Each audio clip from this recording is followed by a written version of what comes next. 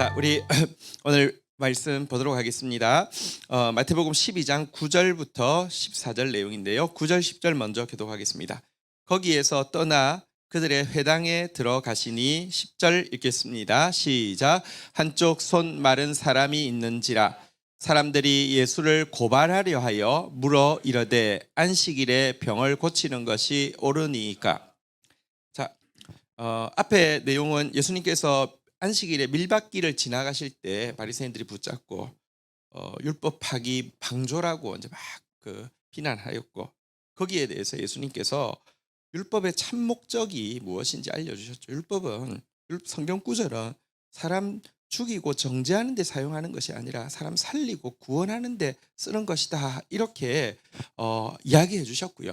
이 목적 잊어버리고 성경 구절 사용하면 사실은 이것은 바르게 율법을 쓰는 게 아니라 율법주의에 지나지 않는다고도 지적하셨죠. 어제 본문이죠. 마태복음 12장 7절에 보면 이런 내용이 있었죠. 한 번 더 우리 명심해야 합니다. 같이 읽겠습니다. 시작. 나는 자비를 원하고 제사를 원하지 아니하노라 하신 뜻을 너희가 알았더라면 무죄한 자를 정죄하지 아니하였으리라.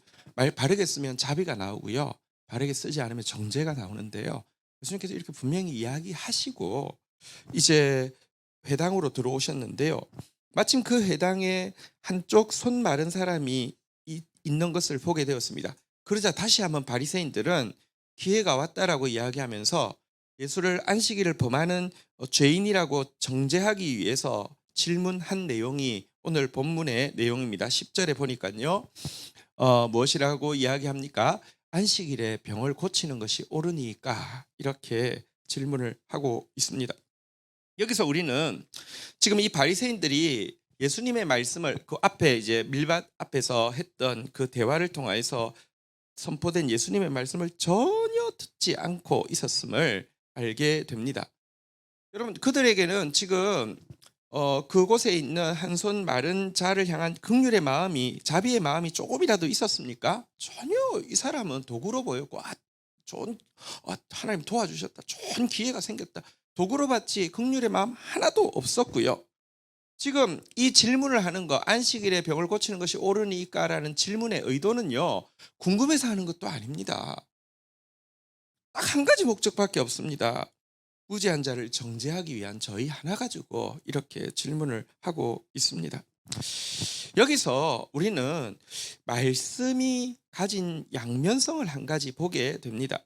여러분, 하나님의 말씀은 절대로 이게 한번 나가고 나면요, 그냥 돌아오지 않습니다. 일을 하는데요, 지금 예수님께서 그들에게 사전에 먼저 말씀하셨잖아요. 근데 그 말씀이 들리고 그 말씀을 받아들이는 자는 점점 더 그 말씀이 들리게 되고 그 말씀이 열매 맺게 되지만, 예수님이 말씀에 나갔음에도 불구하고 들리지 않고 수용하지 않는 자는 점점 더 안 들리게 되는데요. 그래서 사실 조금 뭐랄까요, 약간이라도 양심이 있으면 앞에 그런 이야기로 예수님께서 명백히 책망하셨으며 한 인터벌 두고 나중에 이렇게 뭐 물어본달지 이럴 수 있을 것 같은데, 대놓고 이렇게 바로 묻는 이 모습은 지금 전혀 점점 더 안 들린다는 것을 보여주는데요. 그런데 하나님이 말씀이 나간 후에도 이렇게 수용하지 않고 이렇게 안 들리는 사람은 하나님의 말씀이 나가기 전과 그냥 동일한 선상에 있는 것이 아니라 그보다 훨씬 더 악한 선상으로 내려가게 된다는 것입니다. 여러분, 한번 보십시오. 우리가 앞에 찬송으로 추수할 때가 이르렀다, 이렇게 이야기했는데요, 추수할 때 무엇으로 추수하실까요? 말씀으로 추수하신다고요. 여러분, 알곡이 되는 사람이 있는가 하면 쭉정이가 되는 사람이 있다는 거예요. 말씀이 나간 이후에는, 말씀으로 추수하시게 는 일이 시작된 이후에는요, 알곡이 되든지 쭉정이가 되든지 하지 과거처럼 그냥 그대로 있을 수 없다는 것입니다. 마태복음 13장 11절에 보면 이런 말씀이 있습니다. 마태복음 13장 11절에 보면 대답하여 이르되 천국의 비밀을 아는 것이 너희에게는 허락되었으나 그들에게는 아니 되었나니. 그러니까 겸손한 자, 말씀이 들리는 자에게는 천국의 비밀이 점점 들리지만 교만한 자에게는 천국의 비밀이 점점 안 들리는데요. 12절 한번 볼까요? 같이 한번 읽도록 하겠습니다. 시작. 무릇 있는 자는 받아 넉넉하게 되되 없는 자는 그 있는 것도 빼앗기리라. 말씀이 역사할 때 보면 참 신비입니다. 이미 충분히 말씀이 들어가서 저분은 더 은혜 안 받아도 되겠다. 아니 사실은 은혜 안 받는 게 아니라 저분은 더 회개 안 해도 되겠다 싶은 사람은요. 더 깊은 회개로 들어가는데 저분은 꼭 좀 회개했으면 좋겠다 싶은 사람은요. 하나도 안 들어갑니다. 신기합니다. 어쨌든 이 바리새인들에게는요. 천국의 비밀은 지금 닫혀버렸고요. 여러분들 가진 것마저도 지금 사라져 버렸습니다. 어떤 의미에서 약간 인격마저도 이게 지금 이런 지금 이 한 손 마른 사람 앞에서 대놓고 이런 질문하는 것은 그 사람은 뭐 안중에도 없는 거잖아요. 그 사람의 인격이나 그 사람의 기분 같은 건 안중에도 없는 거잖아요. 그죠? 그런 모습이 되고 있음을 보게 됩니다. 자, 11절 읽도록 하겠습니다. 읽겠습니다. 시작. 예수께서 이러시되 너희 중에 어떤 사람이 양 한 마리가 있어 안식일에 구덩이에 빠졌으면 끌어내지 않겠느냐. 예수님께서 그들에게 질문했습니다. 야, 너희 양이 있는데 안식일에 구덩이에 빠지면 어떻게 하겠느냐? 끌어내겠느냐? 안 끌어내겠느냐? 답은 무엇일까요? 끌어낸다입니다. 왜냐고 하면 그들이 그렇게 가르쳤습니다. 바리새인들도 당연히 끌어내지요. 이렇게 아무런 뭐랄까요? 갈등도 없이 대답했습니다. 왜냐고 하면 그들을 유대인들이 소유에 엄청 민감하거든요. 양은 자기 소유잖아요. 자기 소유가 안식일에 구덩이 빠졌을 경우는 건져내야 된다 이렇게 가르치고 있었기 때문에 아무 어려움 없이 여기에 대해서 당연히 끌어내지요 이렇게 이야기했습니다. 이어서 예수님께서 그 다음 질문을 하시는 게 12절에 보니까 이렇게 질문하고 계시죠. 한번 따라하겠습니다. 사람이 양보다 얼마나 더 귀하냐? 사람이 양보다 얼마나 귀합니까? 사람이 양보다 훨씬 귀한 거 맞잖아요. 그죠? 그러니까 이 말은 그러면 안식일에 병을 고치는 것이 옳으니까 이랬는데요. 안식일에 구덩이에 빠진 양을 건져내는 게 당연하다고 하며 생각할 필요도 없이 당연히 건져줘야 된다고 하며 안식일에 병든 자를 고치는 거 당연히 해야 되는 것 아니냐 이런 질문을 예수님께서 하고 계신데요. 여기에 대해서 바리새인들 딱 입 닫고 침묵하고 있었습니다. 그들은요 율법주의 참 이상합니다. 같은 성경 구절을 가지고 어떻게 이렇게 할 수 있습니까? 특별히 유대인들은요 성경에 보면 조상들의 뭐 이렇게 유전이라고 표현하기도 하는데요, 장로들의 유전이라고 표현하기도 하고 이게 탈무드입니다. 탈무드는 율법에 대해서 자기가 디테일로 해석을 해놓은 것인데 거기 그렇게 해석을 하고 있습니다. 양은 안식일에 빠져도 건져내지만 사람은 목숨이 위태로울 정도가 아니면 안식일에 병을 치료하면 안 된다 이렇게 가르치고 있었습니다. 이게 머리 좋은 사람들이 율법을 연구한 사람들이 결과적으로 내놓은 것이요 대부분 율법주의로 가기가 얼마나 쉬운지 모릅니다. 여러분 교만이 들어오고 나면요 율법주의로 가지 율법에 머물러 있지 않다니까요. 율법을 제대로 쓰지 못한다니까요. 그래서 결과적으로는 사람을 살리는 데 사용하는 게 아니라 정죄하고 죽이는 데 사용하게 되어 있다니까요. 침묵하고 있자 예수님께서 선언하셨습니다. 따라하겠습니다. 안식일에 선을 행하는 것이 옳으니라. 율법을 모르는 사람도 이 지금 대화를 보면 이게 맞구나 이렇게 수긍을 당연히 할 텐데요. 이 선언 앞에서 그들은 분위기가 얼음장처럼 냉랭해지게 되었습니다. 여러분 이게 율법과 율법주의의 차이를 어제는요 살리는 데 사용하느냐 정죄하고 죽이는 데 사용하느냐 이제 사용의 차이가 있다고 하면 또 율법과 율법주의의 또 한 가지 굉장히 중요한 차이가 있는데요. 율법은 자기의 죄를 깨닫게 함으로 스스로를 작게 만드는 용도로 사용되어지는 게 율법입니다. 근데 율법주의는요 예를 들어 자기의 공로를 이렇게 묵상하게 함으로 혹은 자기가 지금 내리고 있는 판단을 옹호하게 함으로 말미암아 자기를 스스로 더 크게 만드는 것이 율법주의입니다. 지금 이들에게 예수님의 말씀이 딱 들어갔는데 그 앞에서 내 생각이 정말 잘못됐구나, 난 정말 참 부끄럽구나, 작아지는 게 아니라요 자기의 판단을 옹호합니다. 말도 안 되는 소리 하고 있어. 우리 조상들이 유전에 이렇게 분명히 가르쳤는데 몇 페이지에 이렇게 나왔는데, 그리고 또 내가 누군데, 내가 율법 공부를 얼마나 많이 했는데 어디서 굴러온 것이 감히 날 가르치려 들어, 이렇게 되는 율법주의는요 갈수록 더 교만하게 만들고요 율법은요. 율법을 바르게 대하면 말씀 앞에 설 때마다 작아집니다. 한번 볼까요? 로마서 5장 20절에 보면요. 율법을 왜 주셨느냐? 한번 같이 읽도록 하겠습니다. 시작. 율법이 들어온 것은 범죄를 더하게 하려 함이라. 그러나 죄가 더한 곳에 은혜가 더욱 넘쳐는. 이게 무슨 말이냐고 하면 율법을 우리에게 주신 것은 죄가 얼마나 큰지를 알게 하려 합니다. 이런 뜻입니다. 말씀이 제대로 들어오면요. 자기 죄를 깨닫게 돼요.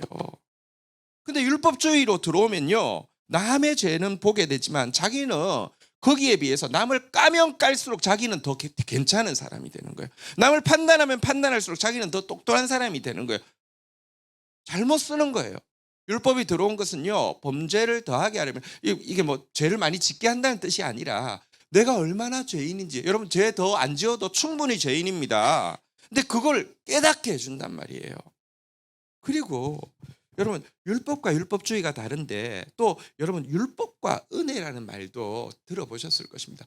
율법과 은혜는 또 좀 다른 것입니다. 바르게 율법을 하나님의 말씀을 써도 여러분 구약이 율법이라고 하면 바른 신약은 은혜이거든요. 근데 바르게 하나님 말씀 써도 여러분 구약으로 접근하는 사람은 율법이 되는데요.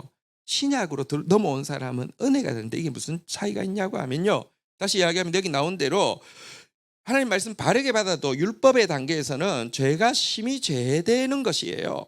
그래서 정말 참회하게 되는 거예요. 근데 이 참회가 끝나면 다시 말하면 구약이 지나가고 나면 그때는 은혜가 들어오게 됩니다. 말씀이 은혜가 되어서요. 이게 회복을 시키는 것입니다. 여러분 율법은 살리기 위해서 수술하는 것이라고 하면 은혜는요. 살리기 위해서 위로하는 것입니다. 율법은 살리기 위해서 이렇게 책망하는 것이라고 하면 은혜는 살리기 위해서 새 힘을 주는 것입니다. 이게 차이가 있습니다. 율법은 우리의 죄와 하나님의 노하심을 보여주며 은혜는 우리의 대속자와 하나님의 은총을 보여준다. 율법은 불의에 대해서 경고하고 정죄하고 죽게 하지만 은혜는 의에 대하여 이끌고 증명함으로 살게 한다. 율법은 안심하고 있는 무감각한 의인에게 전해져야 하며 은혜는 두려워하고 참회하는 죄인에게 전파되어야 한다. 이렇게 이야기하는데 은혜가 넘쳤다는 말은 율법을 율법으로 제대로 받아들여서 고통하고 죄 앞에서 신음하는 자에게 은혜의 새 시대가 열린다는 것입니다.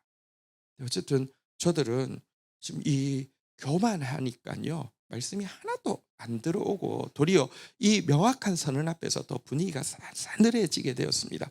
자, 그래도 상관없습니다. 예수님은 눈치 보지 않지요. 13절 분위기가 싸늘함에도 불구하고 당신이 하실 일을 하십니다. 같이 읽겠습니다. 시작. 이에 그 사람에게 이르시되 손을 내밀라 하시니 그가 내밀매 다른 손과 같이 회복되어 성하더라. 그들의 완악함을 아심에도 불구하고 예수님은요. 그 사람에게 손을 내밀라고 선언하셨습니다. 근데요. 여러분 딱 한마디 말씀하셨죠. 손을 내밀라 했습니다. 내밀었는데 여러분 바로 회복이 되게 되었습니다. 이것은 예수님의 말씀이 가지고 있는 능력이 무엇인지 분명히 보여주죠. 창세기를 시작할 때 빛이 있으라 하니까 그대로 되었습니다. 말씀하시면 그대로 됩니다. 이게 예수님을 통하여서 지금 이 상황 가운데 드러나고 있습니다. 이것이 바로 예수님이 창조주라는 사실을 분명히 보여주는 것입니다. 아무 일도 안 했습니다. 내밀라 해서 그도 접촉도 없었고요. 내밀었더니 손이 온전케 되었습니다. 당신이 창조주이심을 보여주시는 것이고 당신의 말씀이 얼마나 권능이 있는 것을 보여주신 것이죠. 그리고 또 이 행위는요. 안식일에 행한 이 행위는 하나님의 원래 창조 목적을 안식일을 향한 창조 목적을 잘 보여주죠. 안식일은 어떤 날입니까? 하나님이 모든 것을 예비하셨다는 사실을 새롭게 발견하고 누리고 감사함으로 말미암아 진짜 안식하게 되고요. 진짜 은혜를 받았기 때문에 너그러워지게 되고 은혜로워지게 하는 날인데요. 평생을 어그러진 몸으로 고생하던 자를 완치시키신 이 일은 그래서 안식일에 그를 회복시켜 주시고 리프레시 시켜 주신 이 일은 참으로 창조주께서 안식일을 제정하신 의도가 무엇인지도 보여주는 사건이지요. 여기서 우리는 창조주께서 지금 행하신 안식일을 안식일 되게 하신 이 사건에서 안식일의 원래 의도가 무엇인지를 다시 보게 되는데요. 안식일을 율법주의로 하면 소극적으로 무엇을 하지 않는 것에 집중하죠. 이야기 드린 대로 이스라엘 갔더니 이 사람들을 안식일에 뭐 하면 안 돼 이거 철저히 지킵니다. 엘리베이터도 이거 누르면 이거 일식 노동이기 때문에 이거 안 누르려고요. 그냥 계속 돌아가게 만들어 놔요. 불도 계속 켜놓고요. 뭐 하지 말라 이거만 자꾸 생각하고 그거 안 하면 자기가 뭔가 대단한 사람처럼 내가 안식일을 지킨 율법을 지킨 사람처럼 막 교만해지는데, 예수님이 안식일의 제정자인 예수님이 이날에 행하신 일을 보면 소극적으로 무엇을 안 하는 것이 안식일의 목적이 아니라 적극적으로 하나님이 기뻐하시는 선을 행하는 것이 안식일의 목적임을 알게 됩니다. 하나님께서 인간을 지으시고 주신 축복의 명령이 두 가지가 있었는데요. 첫 번째가 일의 명령이지요. 생육하고 번성하라, 땅에 충만하라, 땅을 정복하라. 근데 이걸 노동명령이라고 하지 않고 문화명령이라고 하는 이유는 노동과 문화의 가장 큰 차이가 창조성인데요. 창조성을 가지고, 다시 말하면 하나님의 창조성을 가지고 온 세상을 에덴 동산으로 확대 재생산시키라는 축복을 주셨습니다. 그래서 일은 축복이었습니다. 하나님의 창조성에 동참하고 하나님의 창조성을 확장시키는. 또 한 가지 명령이 안식의 명령이죠. 안식이란 그치다, 내려놓다라는 뜻인데요. 제7일이 되면 내가 지금까지 하나님의 창조의 동력자로서 일하고 있던 그 일마저도 다 그치고 내려놓고 중단하라는 것입니다. 하지만 이것 역시 아무것도 하지 말라는 규제의 포인트가 있는 게 아닙니다. 여러분 보십시오. 우리가 막 집을 이제 새로 첫 집이 생겼습니다. 그리고는 첫 집에 지금 이사를 했습니다. 어느 정도 이사를 이제 마쳤습니다. 그동안 집을 마련하기 위해서 애를 썼고요. 이사하기 위해서 애를 썼고 이사를 어느 정도 마쳤습니다. 그러고 나서 얘들아, 자 우리 이제 좀 쉬자. 이렇게 이야기하면 모두 부동자세가 탁 트여가지고 아무것도 안 해야 돼. 지금부터 아무것도 안 해야 돼. 이게 아니잖아요. 쉬자라는 말이 뭐예요? 우리가 이 집에서 이제 누리자. 우리가 이 집에서 행복하자. 우리가 이 집 지금 구하는 데까지 우리가 서로 얼마나 수고했는데, 이사한다고 얼마나 수고했는데, 짜장면 먹으면서 이야기하자. 그 내용이잖아요. 그죠? 근데 이 그친다는 게 하지 말라는 규제의 명령이 아니라 하나님께서 준비해 놓은 것을 누리고 기뻐하고 교제하라는 명령이고요. 그 결과 하나님하고 교제하고 하나님의 은혜의 선물을 발견하고 나면 적극적으로 우리도 하나님의 마음 가지고 선을 행하라는 명령으로 우리에게 주셨다는 것입니다. 근데 인간은 타락하면서 또 이 문화 명령도 잃어버렸고요. 안식의 명령도 잃어버리게 되었습니다. 더 이상 일이 창조의 동참이 아니고요. 생존을 위한 이렇게 단조로운 노동으로 전락하게 되었습니다. 안식도 하나님과의 교제는 사라져 버리고요. 모든 사람들이 고장난 폭주기관차처럼 헛된 수고를 향해서 중단 없이 돌진하면서 살다가 죽게 되었습니다. 이런 우리를 불쌍히 여기셔서 천국을 회복시켜 주신다는 게 뭐냐고 하면요. 천국은 어떤 곳일까요? 안식의 복이 회복되는 것이고요. 일의 복이 회복되는 것입니다. 천국에 대해서 많은 사람들이 오해하고 있습니다. 천국 가면 그냥 하품하면서 하프 타는, 아무것도 안 하는, 그래서 이 지루해서 어떻게 하지? 이 지루해서 어떻게 살지? 이렇게 생각하는데 아니요. 완벽하게 일이 원래의 일로 회복되어져서 온 우주를 에덴으로 바꾸는 일을 하게 되는 것이 천국이고요. 그리고 안식의 복이 회복되어져서요. 정말 하나님과 깊이 교제하고 사람들과 깊이 막힘없이 교제하고 정말 은혜로운 그 기쁨을 나누는 시간이 될 것이라는 것입니다. 그런데 여러분, 이 일의 복을 회복시키고 안식의 복을 회복시킬 수 있도록 말씀이 들어오고 나면요, 우리에게 그와 같은 그 회복의 훈련을 시키십니다. 하나님의 말씀이 들어오고 나면 일도 과거에 같은 일을 해도요, 다른 자세로 일하게 됩니다. 또 하나님의 말씀이 들어오고 나면요, 과거에는 일 때문에 절대 안식할 수 없다고 하던 사람이 이제야 안식을 시작을 하게 됩니다. 이거를 배우는 의무와 특권이 우리에게 주어지고 맛보게 되는데요. 그런데 한 가지 기억해야 될 것이 있습니다. 일의 복과 안식의 복 중에 우리가 더 먼저 회복해야 되는 게 뭐냐고 하면 일의 복일까요? 안식의 복일까요? 안식의 복입니다. 왜냐고 하면 그게 바른 순서이기 때문입니다. 인간의 첫날은 노동하는 날이 아니라 일하는 날이 아니라 안식하는 날이었습니다. 하나님은 우리를 창조의 동력자로 만든 것도 맞지만 하나님께 사랑받는 자녀로 만드신 것이 더 우선됩니다. 여러분이 자녀를 낳았는데 두 가지 기대가 있겠죠. 내가 마음껏 사랑해야지, 행복하게 해줘야지 하는 기대도 있겠지만, 얘가 잘 자라서 내 일을 같이 내 꿈을 같이 나누고 이야기를 하고 이렇게 만약에 기업이 있다고 하면 내 기업을 이어받는 아이가 되게 이제 두 가지 기대가 다 있겠지만, 둘 중 뭐가 더 크고 먼저 되는 거예요? 내가 더 많이 사랑해야지, 더 많이 축복해야지. 여러분, 일보다 안식이 먼저 회복되어야 합니다. 순서도 그렇지만 더 힘을 써서 회복해야 되는 게 일의 복일까요? 안식의 복일까요? 여러분, 일하는 것보다 바르게 일하는 것보다 바르게 안식하는 게 훨씬 더 어렵습니다. 뒤에 창문 좀 열어주세요. 훨씬 더 어렵습니다.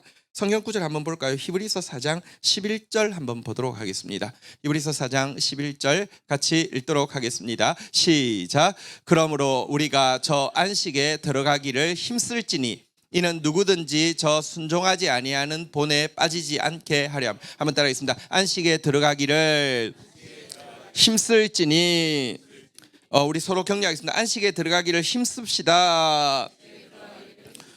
여러분, 안식에 들어가는 게요, 일하는 것보다 훨씬 어렵다니까요.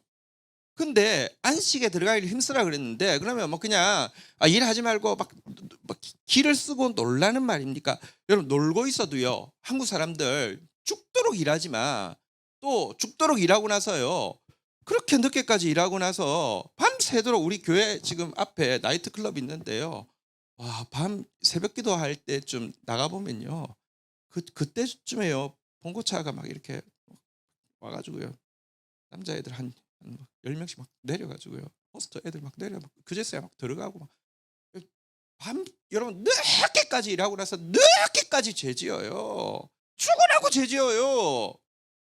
여러분, 이게 안식하라는 게 그냥 우리 한국 사람들 있잖아요. 내가 이렇게 고생해서 일했으니까 나 이렇게 놀아도 돼 하면서 미친 듯이 노는데요. 그게 아닙니다.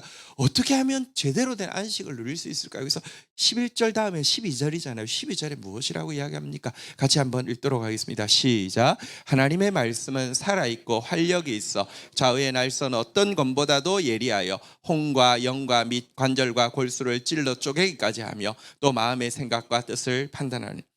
어떻게 해야 안식을 할 수 있는 줄 아십니까? 말씀이 들어올 때 그 말씀의 수술을 받아야지만 안식할 수 있다는 말입니다. 지금 예수님께서 주신 말씀이 들어왔으면요, 바리새인들은, 여러분, 만약에 그 말씀을 받아들였다고 하면 최초로 마음 가운데 안식이 시작될 것인데요. 여러분, 예수님이 지금 무슨 말 할까? 예수님이 어떻게 이렇게 잡을까? 그 다음에 뭐 할까? 끊임없이 생각하면서 그들은 가장 안식 못하는 사람으로서 그 자리에 있었던 것입니다. 14절 볼까요? 안식 못하는 그들은 어떻게 반응하고 있습니까? 마지막입니다. 같이 읽겠습니다. 시작.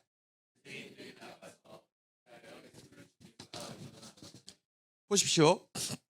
말씀이 들어가지 않는 자들은 더 악해진다고 했는데요, 이제 아예 죽이기로 이제 죽일 것을 결정하고 의논하기 시작하는 단계가 되었습니다. 아니, 보십시오. 그 놀라운 치유, 그에 대한 경외감은 하나도 없었고요. 예수님이 주시는 그 올바른 말씀에 대한 각성도 하나도 없었습니다.